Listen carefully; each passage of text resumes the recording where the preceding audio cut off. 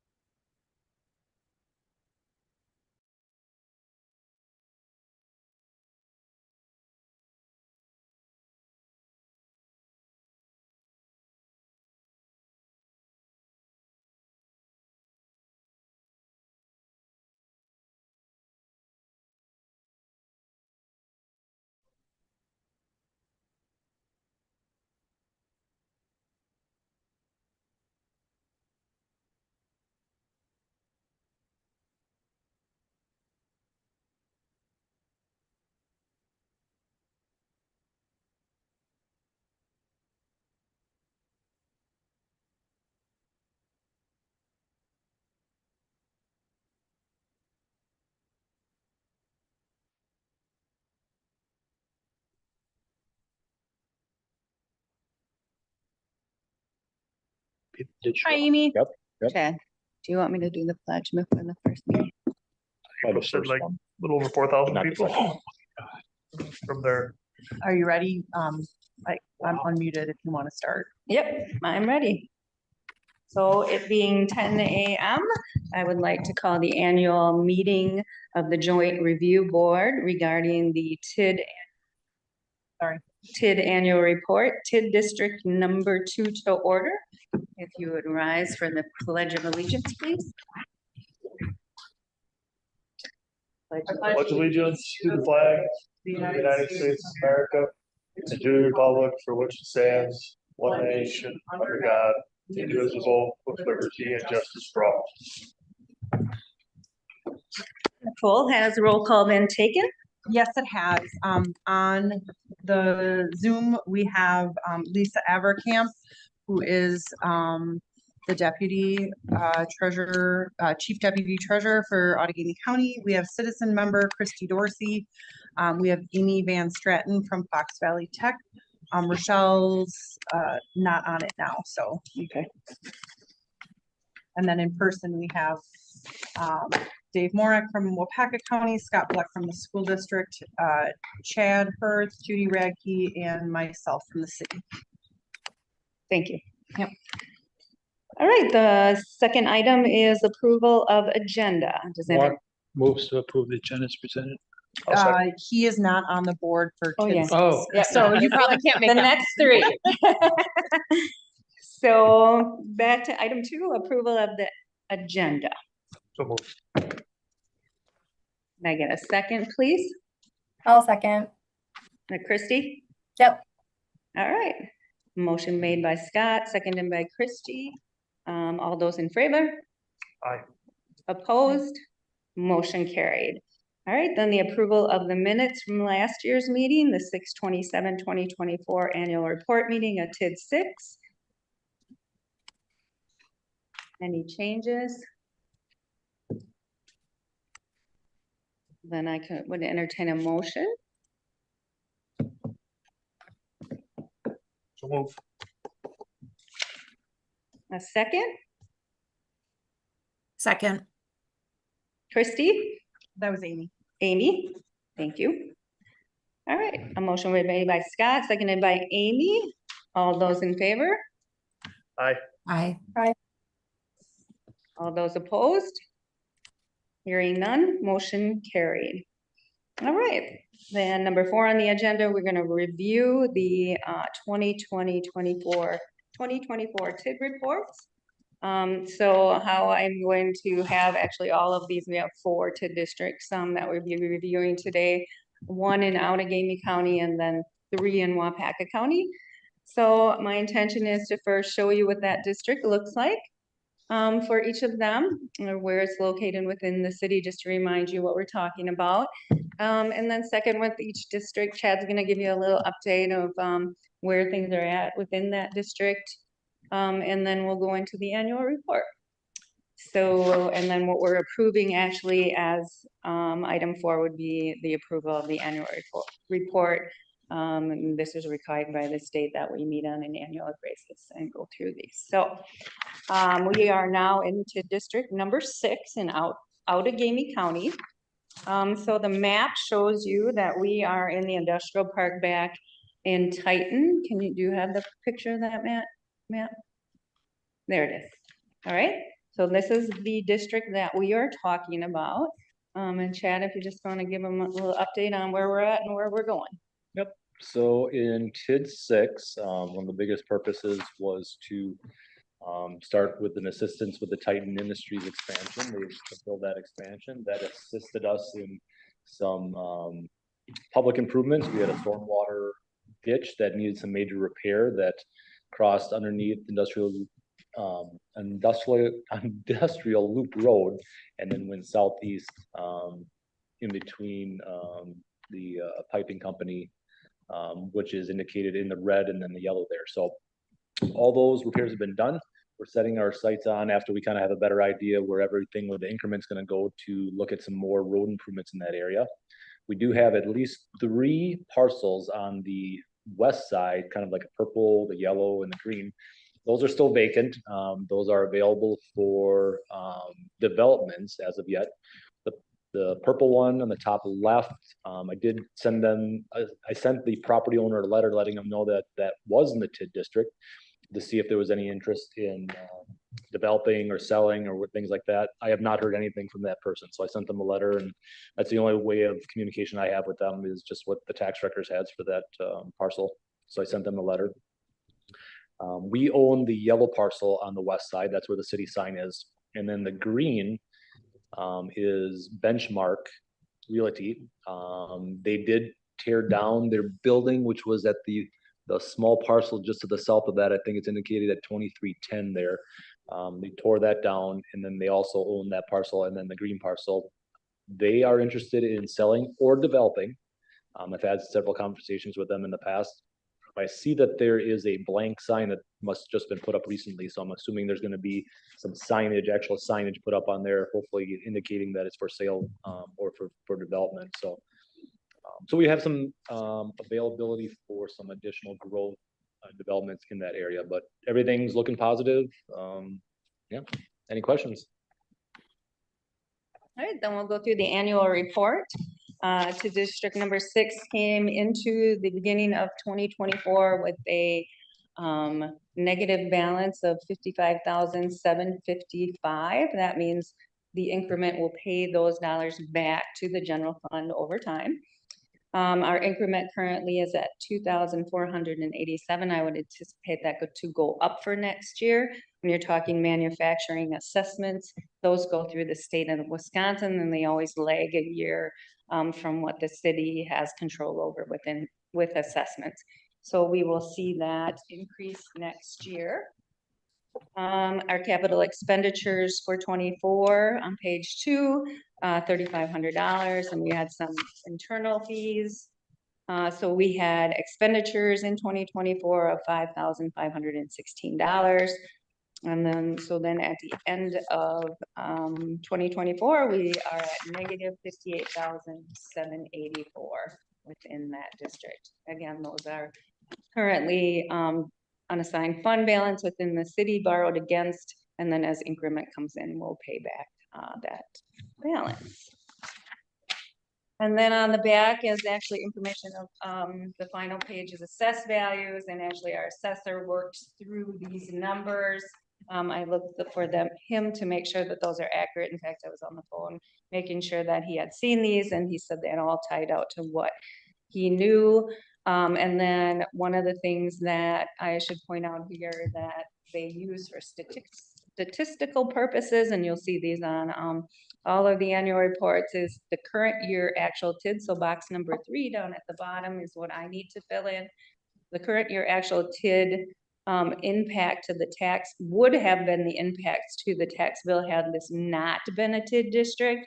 And again, this is statistical for the state of Wisconsin. They put these numbers out for informational purposes only. So that's what the last part of this annual report is. And this is new. This is new from last year. They didn't used to do this. And that's it. I would entertain a motion to approve the 24 TID annual report. TID District number 3, number 6, I'm sorry. Motion to approve, Lisa Avercamp. Second, this is Amy. Is that Christie? The second was from Van Stratton, Amy Van Stratton. Amy. Okay, motion made by Lisa, second by Amy. All those in favor? Aye. Aye. Opposed? All right, then I would make a motion to adjourn. Can I get a second? Second. All right, we are adjourned. Thanks, Lisa. That's all we need from you. Thank you. Bye.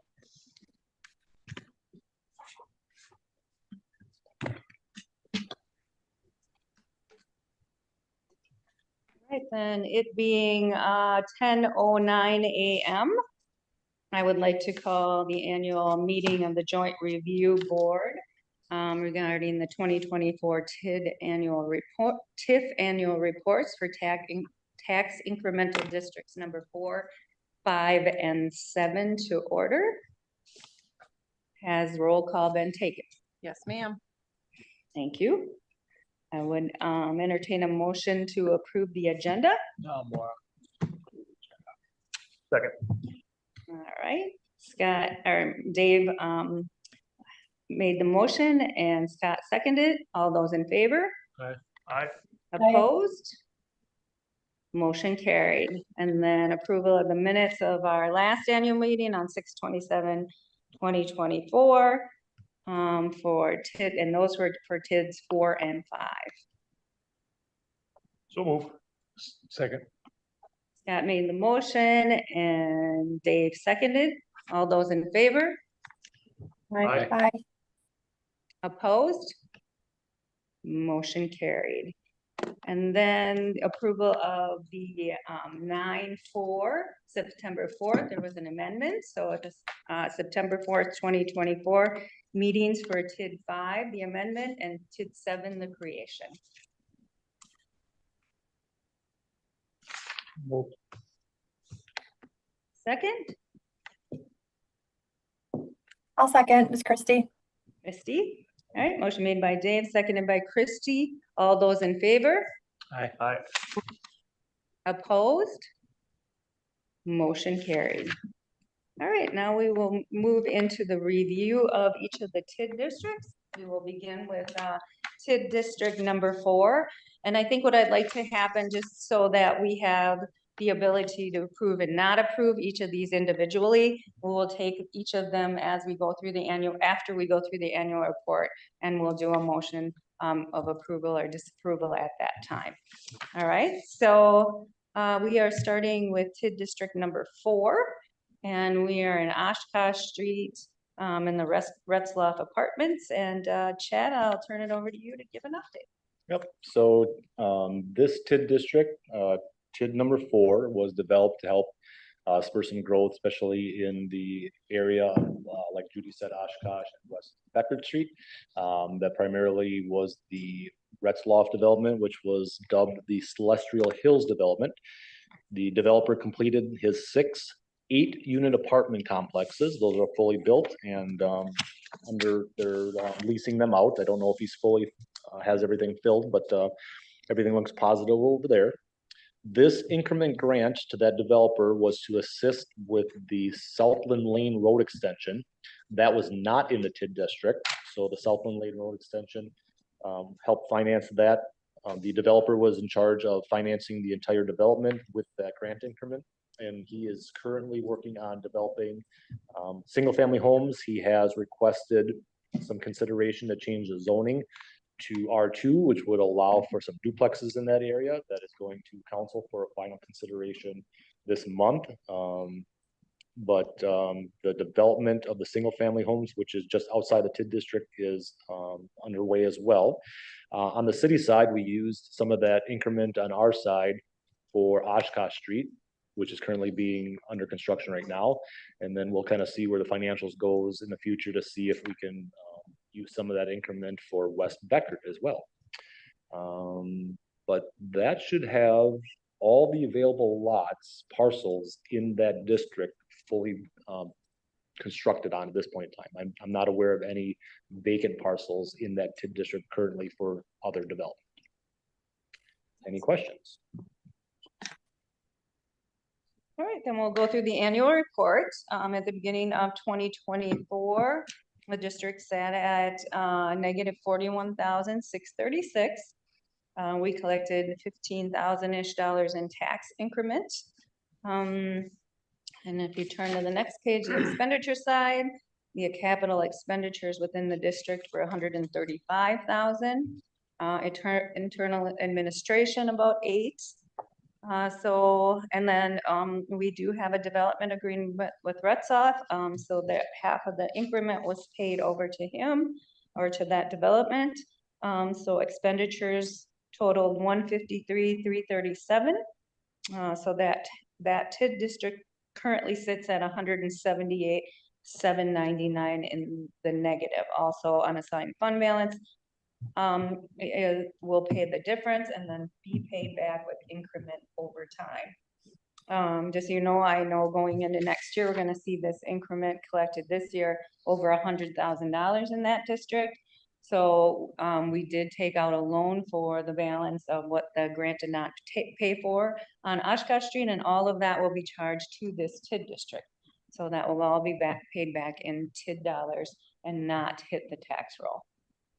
And then there's some future costs, and those are just estimates of what we anticipate spending or may spend in the future.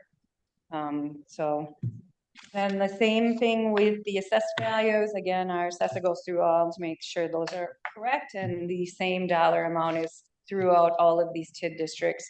The effect on the would be the effect on the tax roll is the 39,913. Any questions on that district? I have one, and this is back to Chad and his report on the request to develop R2, not to go back, but I just want to make a statement of plan was originally designed for single family dwelling homes and not intentions or whatnot. From a school district perspective, we truly appreciate all housing interest and development that goes within the community. But longstanding single family homes present a stronger commitment of people settling to the community and really digging in roots with that. So if there are influences that the council is considering as appropriate, encourage that messaging to go forward from our perspective.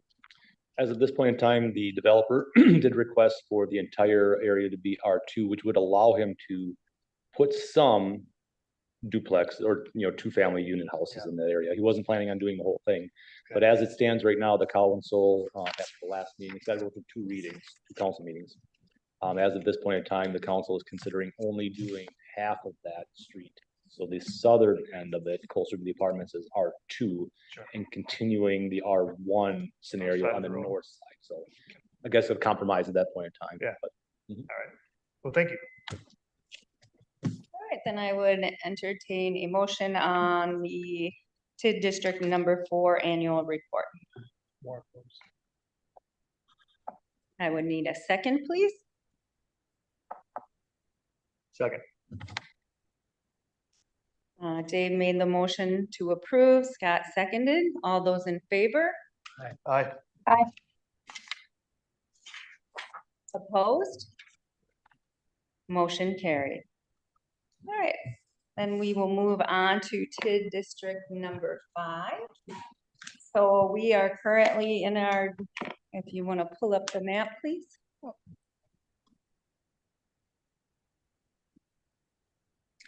So TID District number 5 is in our downtown. So Chad, give us Right. an update on that one. Absolutely. So TID 5 probably has the most activity of all our TID districts to date. As everyone knows that we worked on that TID district to help spur some growth in some of the vacant parcels. Number 1 was the SC Swiderski development. We did negotiate a TID grant with them to assist them with some fill in that area. It also helped us finance a utility relocate and some utility improvements on that parcel area.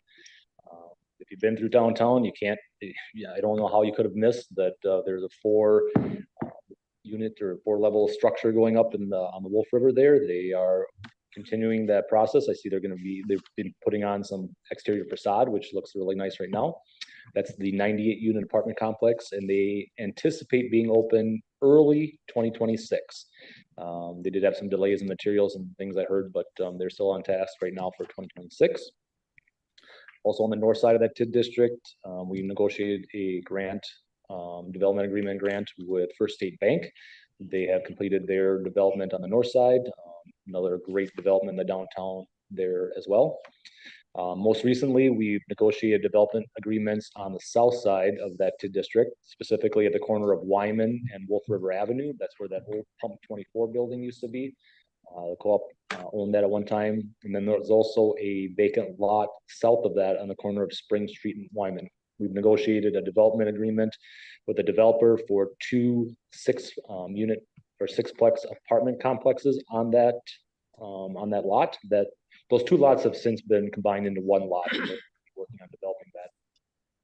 So a 6-plex unit apartment complex on the north side of that lot, another 6-plex apartment complex on the southern end of that lot. However, the northern development 6-plex is going to have a first floor retail component as well. We just sent the development agreement to that developer. We're expecting that for him to sign that and get that back to us soon. Last time I heard, he indicates starting that development late this year. I don't have a timeline yet quite of when they're going to have everything open, but they're anticipating to start in the next year or so. We've also negotiated a development agreement that did not include an increment grant for a city parcel that's just to the east of the SC Swiderski apartment complex. Everybody probably knows that as the future beer garden site. So we are going to be collecting 100% of that increment for our improvements. There is also the vacant lot that's across from the current library museum building. I've had some conversations with that owner of that parcel. Nothing definite yet what he wants to do, but he is well aware that it is in a downtown TID. The clock is ticking for any type of grant opportunities with that, but haven't had an opportunity yet to find out what he's envisioning for that development, hopefully sometime in the future. Overall, this TID district has really assisted in helping with the reconstruction of North Water Street in the downtown. Everybody in the last 2 years saw that we went in and did a complete utility replacement on North Water Street, street improvements on State Street, Lincoln Court, St. John's Place, and then also included a new parking area on the southern end of Lincoln Court. And then last year, a full reconstruction of North Water Street. We were lucky enough to get an STP urban grant with that project as well. I was just crunching the numbers with Judy and Robert, and overall the North Water Street, just for the street reconstruction project, not including the utilities, which is paid through user fees, but the street reconstruction, which was tied to that STP urban grant, it ended up being about a $3.5 million project, and the grant paid for about 75%. So, which is huge for the city. So Robert gets our public works director, Robert gets a big thumbs up for all the hair that he lost in that project with all the details that he had to go through. But overall, with what he's worked on in the grant that we got, a big project, only 25% of that's on the tax roll for the taxpayers, which is very good for the city overall. So other than that, any questions? All right, then we will go through the annual report for TID District number 5. We started the TID district at the beginning of 2024, negative 235,753. We gained increment of about 454,000, a little bit of investment income. We did bring a majority of our ARPA funds into this project to save on having to go out to more debt for this. So we brought $699,000 into here, and we also received a community foundation grant. We charged those items out of TID 4 or out of TID 5, so we put them dollars back in. We had capital expenditures of $810,000. Administratively, internally, we spent about $33,000. We had our first interest payment on the debt of 141,000. We had some issuance costs of debt of 31,000. And then we, at the bottom is the grant dollars that we so far expensed from the Community Foundation grant. There are some dollars that flowed through into this year that we'll see in there for next year. So the total expenditures was 1,075,000. So we actually ended up with our district in a negative 31,000. So it's really, really performing well for us downtown. So that's where TID district number 5 sits at the end of 2024. Anyone have any questions on that? Yeah, can I ask a question? So when you were speaking, you said the fund balance at the beginning of the year was negative 235,000, Correct.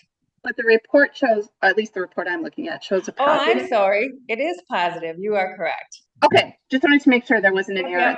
Yeah, Okay. I misspoke. Yeah. Nope, that's okay. Thank you. And this one too, we will see that increment increasing because First State Bank came online. And if you look at the developer agreements on the back, we have both Swiderski and First State Bank that we have developer grants with. You will see those payments start going out actually this year. Not to Swiderski, but to First State Bank. Swiderski will probably be next year before we make a payment to them. Thank you for that, catching that. Sorry. Yeah, no, the report was right. No worries. Sharp eyesight there. Yeah, I was curious about the Community Foundation grant. How did you guys get that? How did we What get was it? that for? That helped us with some of the facade or the downtown facade type things, planters and garbage cans and some of those extra things. Some of that stuff was not included in the STP urban grant because the grant is just for road, improvements. So some of those things that, improve the look of your downtown, we got some extra money to help us with that. So, yeah. Thank you. all right, then I would entertain a motion on the annual report for TID District number 5. Dave moves to approve. Can I get a second, please? Second. All right. Dave made the motion and Scott seconded. All those in favor? Aye. Aye. Opposed? Motion carried. Last but not least, we will not have an actual approval, just so you know, onto district number 7 is, we just thought we'd give you an update on where it's at and what it looks like. So the annual report isn't due till next year for this year. So because we hadn't received any increment yet. So I gave you my actual spreadsheet on my accounting of the increment. And then if you can see, this is the TID district that would include Aldi in it. So I will let Chad update you on that one. All right, TID 7, the newest TID in the city on the north side, like Judy indicated, that's where Aldi's is.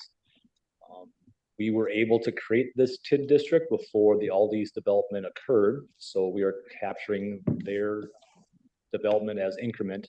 However, there was not a request or a need or anything that they requested any type of grant. So we are collecting and retaining 100% of that increment for future projects, which one of them will need to be Hanschke Drive. You can see on the map, it's indicated the right of way where Hanschke Drive is. However, it's not developed. It's just a vacant farm field yet. So in the future, we're going to need to be working on development of that so that there could be access to the eastern parcels that are on the east side of Hanschke Drive.